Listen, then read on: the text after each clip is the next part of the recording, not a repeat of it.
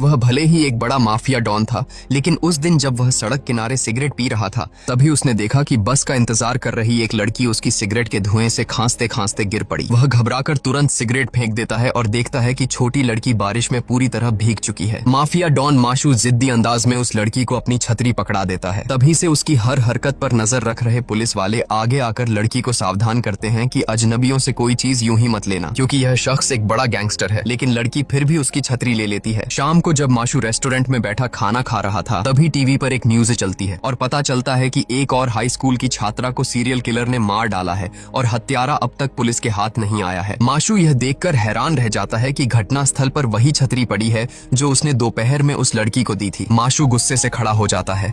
उसे लगता है कि उसने ही लड़की को मुसीबत में डाल दिया। अगले ही पल उसके सारे गुर्गे खड़े हो जाते हैं और पूरे शहर का माफिया गैंग कातिल को पकड़ने के लिए निकल पड़ता है। कातिल ने कभी सोचा भी नहीं होगा कि उसने अनजाने में पूरे दक्षिण कोरिया के सबसे बड़े डॉन को नाराज कर दिया है। लेकिन असल कहानी की शुरुआत तो एक हफ्ते पहले से होती है। उस वक्त माशू अपने इलाके की सीमा को लेकर शहर के दूसरे सबसे बड़े गैंगस्टर सांग बियाओ से बातचीत कर रहा था। तभी माशू का एक गुर्गा सामने वाले गैंग के आदमी की उकसावे में आकर मारपीट करने लगता है। यह देखकर सांग बियाओ गुस्से में गर्म सूप उठाकर माशू के आदमी पर फेंक देता है। अपने गुर्गे को इस तरह अपमानित होता देख माशू का गुस्सा भड़क उठता है। उसे समझ आ जाता है कि यह दरअसल सांग बियाओ की तरफ से उसकी ताकत और हैसियत को परखने की चाल है। अगर वह इस टकराव को ठीक से नहीं संभालता तो शहर का नंबर 1 डॉन होने का उसका दर्जा जल्द ही डगमगा जाएगा। माशू तुरंत सांग बियाओ के एक गुर्गे को बुलवाता है। वह गुर्गा भी बात समझ जाता है और खुद ही चेहरा आगे करके मार खाने के लिए तैयार हो जाता है। सबने माशू को बहुत हल्के में ले लिया था। यह सब देखकर सांग बियाओ भी डर गया। इसके बाद माशू ने उसे एक प्याला पेश किया। माशू के रौब से दबे हुए सांग बियाओ के पास कोई चारा न रहा। वह मजबूरी में शराब पी गया। इस टकराव में माशू ने पूरी तरह जीत हासिल की।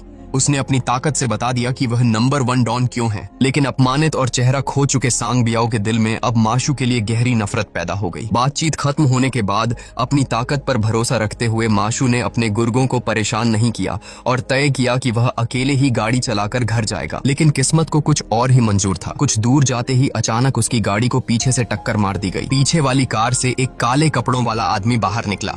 माशू भी नीचे उतरकर कार का पिछला हिस्सा देखने लगा। जब उसे ज्यादा नुकसान नजर नहीं आया तो उसने अच्छा खासा मूड रखते हुए उस आदमी को छोड़ देने का सोचा। लेकिन जैसे ही वह वापस कार में बैठने वाला था, वह काला कपड़ा पहना आदमी अचानक पागलों की तरह दौड़ कर आया और माशू की कमर पर कई बार चाकू से वार कर दिया। माशू दर्द से दांत पीसता रहा, लेकिन उसने किसी तरह हमलावर को पकड़ लिया और जमीन पर पटक दिया। हमलावर फिर से उठ खड़ा हुआ और दोबारा चाकू लेकर झपटा, मगर माशू कोई मामूली इंसान नहीं था। उसने मौका पाकर हमलावर को कार पर दबोच लिया और उसका चाकू छीनकर उसी पर वार किया। पहली बार थोड़ी चूक गई, लेकिन अगली बार सीधे हमलावर के सीने में धंस गई। हमलावर तड़प उठा। उसे महसूस हुआ कि माशू से लड़ना नामुमकिन है। आखिरी कोशिश में उसने गाड़ी स्टार्ट की और माशू को टक्कर मारकर वहां से भाग निकला। टक्कर से माशू बेहोश होकर गिर पड़ा। खुशकिस्मती से समय रहते उसे अस्पताल पहुंचा दिया गया। इधर उसके दाएं हाथ यानी गैंग के सेकंड इन कमांड को लगा कि यह हमला सांग बियाओ ने करवाया है। वह अपने डॉन की इज्जत और बदले के लिए तुरंत सैकड़ों गुर्गों को लेकर दुश्मन गैंग के कई इलाकों पर हमला कर देता है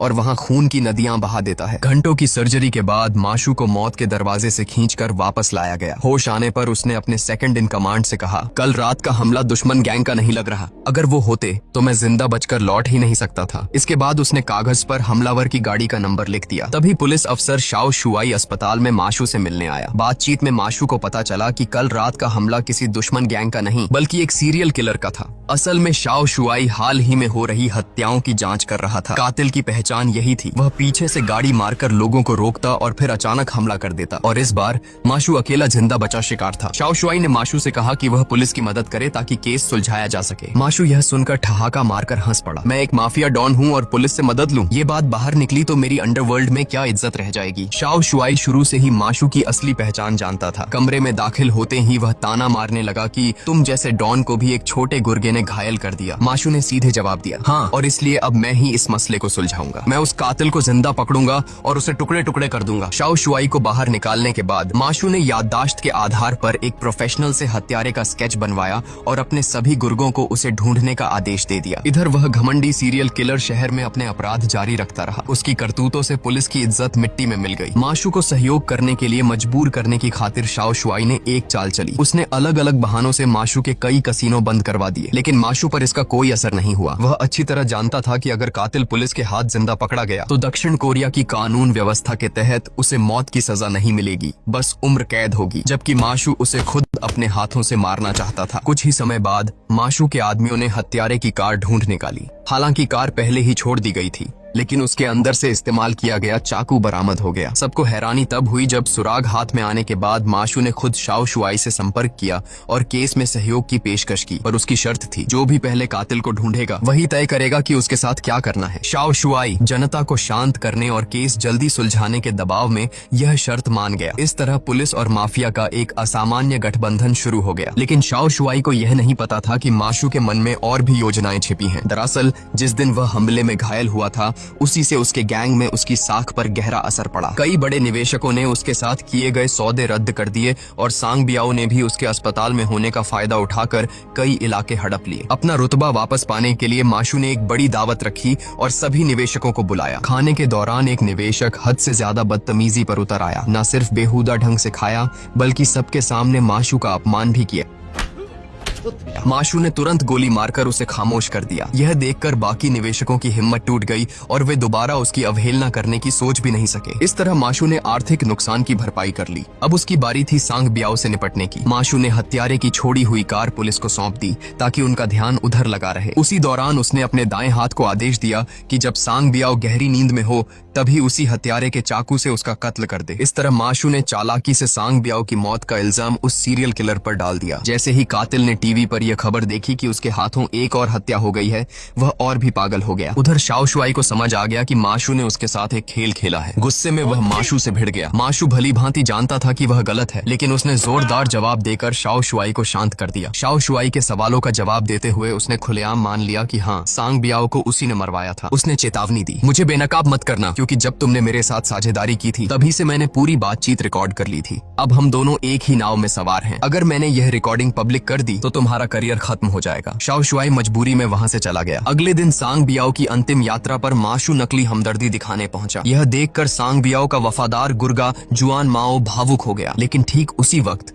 जिस सीरियल किलर को फंसाया गया था उसने अचानक चुपके से शोक सभा में घुसकर जुआन माओ को एक पर्ची थमा दी। पर्ची पढ़ते ही जुआन माओ सब कुछ समझ गया। उसी रात जब माशू और शाओ शुआई केस की जांच कर रहे थे, जुआन माओ अपने गुर्गों के साथ अचानक उन पर टूट पड़ा। तुरंत ही दोनों तरफ से खतरनाक लड़ाई छिड़ गई। लेकिन माशू कोई साधारण इंसान नहीं था। उसकी ताकत किसी जंगली हाथी जैसी थी। ढेरों छोटे छोटे गुर्गे मिलकर भी उसका कुछ बिगाड़ नहीं पाए। माशू और शाओ शुआई पीठ से पीठ लगाकर लड़े और जल्दी ही सारे दुश्मनों को ढेर कर दिया। लड़ाई के दौरान जुआन माओ अचानक शाओ शुआई की तलवार से घायल हो गया। शाओ शुआई, जो एक पुलिस अधिकारी था, सदमे में आ गया। अपने गलतियों और झूठ को ढकने के लिए माशू ने उसे दिलासा देते हुए कहा, तुम्हें कुछ सोचने की जरूरत नहीं, जो हुआ उसकी पूरी जिम्मेदारी मैं लूंगा। इसके बाद माशू ने सभी लाशों को ठिकाने लगा दिया। इस तरह सांग बियाओ का इलाका पूरी तरह उसके कब्जे में आ गया। अब वह पूरी तन्मयता से सीरियल किलर को पकड़ने में जुट गया। उसने बिना कुछ छुपाए सारे सुराग पुलिस को दे दिए। इससे शाओ शुआई की जांच बेहद तेजी से आगे बढ़ी। फिंगरप्रिंट और गुमशुदा लोगों की फाइलें मिलान करके आखिरकार एक संदिग्ध आदमी सामने आ गया। माशू की पुष्टि के बाद उन्होंने लक्ष्य तय कर लिया। इसके बाद दोनों ने तुरंत सभी गैंग के आदमियों को इकट्ठा किया। हर किसी को हत्यारे की तस्वीर पकड़ा दी गई और शहर भर में बड़े पैमाने पर तलाशी शुरू कर दी गई। हर गतिविधि की रिपोर्ट सीधे माशू और शाओ शुआई को दी जाने लगी। 24 घंटे की नॉन स्टॉप तलाश के बीच एक दिन माशू और शाओ शुआई सड़क किनारे आराम कर रहे थे। उसी वक्त उन्होंने एक छोटी लड़की की मदद की जो बस का इंतजार कर रही थी। पर उन्हें यह नहीं पता था कि जिस बस पर लड़की बैठी उसी पर वह पागल सीरियल किलर भी मौजूद था और उसने यह सब कुछ अपनी आंखों से देख लिया। मानसिक रूप से विक्षिप्त हत्यारा यह देखकर बेहद उत्तेजित हो गया। उसी रात उसने फिर से हमला किया और उस लड़की को मार डाला। जब माशू ने टीवी पर यह खबर देखी तो उसका गुस्सा फूट पड़ा, क्योंकि उसने तुरंत पहचान लिया कि घटना स्थल पर वही छतरी पड़ी थी जो उसने दिन में उस लड़की को दी थी। लड़की की हत्या दरअसल हत्यारे की सीधी चुनौती थी। यह हरकत माशू और उसके सभी आदमियों को बुरी तरह भड़का गई। माशू ने तुरंत आदेश दिया और पूरे गैंग के सारे लोग हरकत में आ गए। पूरे शहर में एक साथ हलचल मच गई। इस बार पुलिस और अंडरवर्ल्ड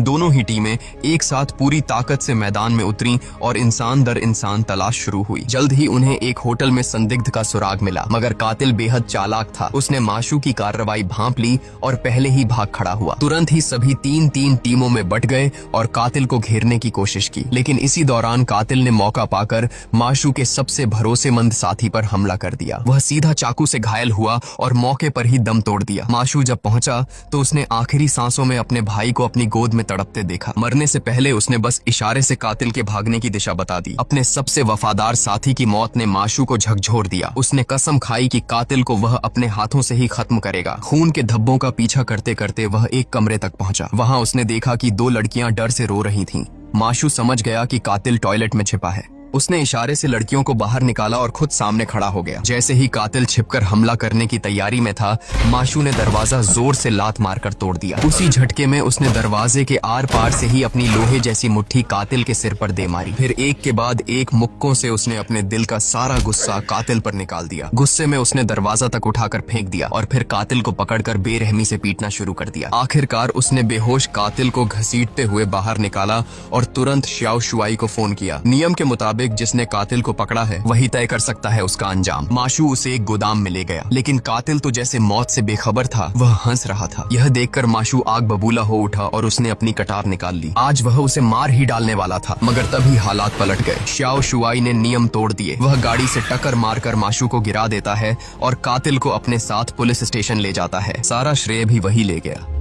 वह यही नहीं रुका, उसने माशू के गुनाह एक एक करके उजागर किए। उसकी तमाम गैर कानूनी संपत्ति सीज कर दी और उसके गैंग के कई लोगों को गिरफ्तार कर लिया। माशू के लिए तो बाकायदा वांटेड नोटिस जारी हो गया। इस तरह काले और सफेद दोनों रास्तों की यह साझेदारी आखिरकार पुलिस के हक में रही। जीत उसी की हुई। हालांकि मामला इतने आसान तरीके से खत्म नहीं हुआ। पूछताछ नाकाम रही। पुलिस की तमाम धमकियों के बावजूद कातिल ने जुर्म कबूल नहीं किया, क्योंकि उसने पहले ही अपने उंगलियों के निशान तेजाब से जला दिए थे। इस तरह पुलिस के पास मौजूद सारे सबूत बेकार हो गए। श्याओ शुआई गुस्से से पागल हो उठा और उसने उसे बुरी तरह पीटा। मुकदमे के दौरान सचमुच सबूतों की कमी की वजह से जज उसे दोषी नहीं ठहरा पाया। मरने वालों के परिवार की पीड़ा भरी निगाहें अदालत में गूंज रही थीं, मगर अपराधी ने वहीं पर अपनी एक घमंडी मुस्कान दिखाई। जैसे ही वह बरी होकर छूटने ही वाला था, तभी अदालत का दरवाजा अचानक खुला। अंदर दाखिल हुआ कोई और नहीं बल्कि माशू था। उसने अपनी कमीज उतारी और सीने पर मौजूद चाकू के जख्म दिखाए, फिर हाथों पर मौजूद चोटों को भी। इस सीरियल किलिंग केस का इकलौता बचा हुआ गवाह होने के नाते